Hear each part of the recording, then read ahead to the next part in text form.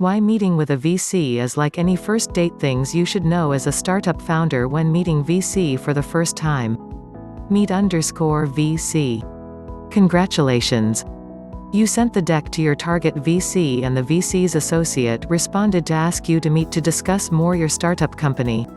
Many startup founders already get really excited when they reach this point, but unfortunately, a lot of them screw up the potential investment opportunity from VC because they were not prepared for the first meeting.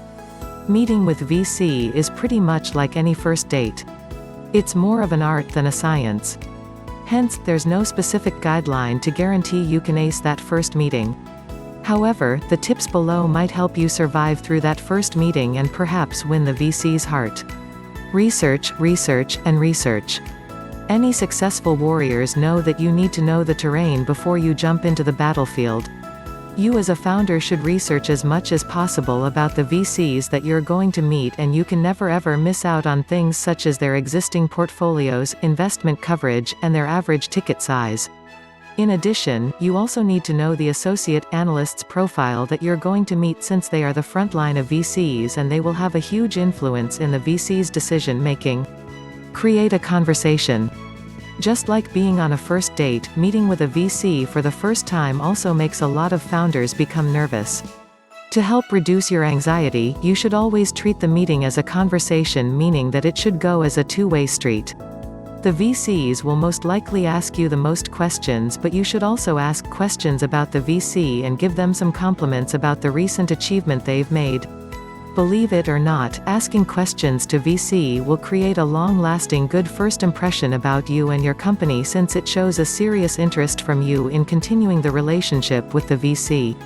Also read, Meet the VC, From Instant Noodles to Startups, Salim Group aims to leave a mark in the Indonesian digital ecosystem.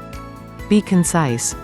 The time for your meeting with the VC will most likely be very limited, so you need to be as clear as possible of who you are, what problems you're trying to solve, how can your company provide the solution to the problems and be better than other competitors, why are you currently fundraising and what is it for, etc.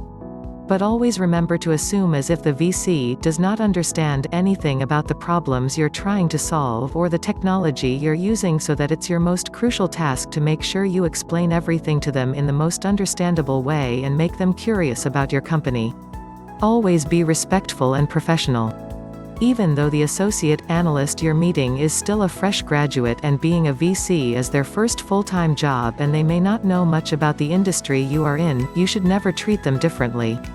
Most of the time the associate analyst has a very significant influence behind the VC's general partner's decision, and once you create a bad impression to the associate analyst during the first meeting, your chance of having the second meeting with that VC will be close to none. Never ask VC to sign a non-disclosure agreement. Although your first 50 minutes meeting with the VC has been going very smoothly and you think they have some serious interest in learning more about your company, many startup founders still screwed up their first meeting just because they ask VC to sign an NDA before proceeding further. Why? The VC-startup relationship is quite like a marriage.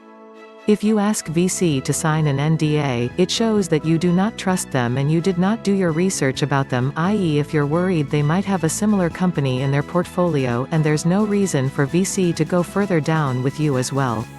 Only ask VCs to sign NDA if it's absolutely necessary, such as when you're about to show a prototype that is still pending for patents.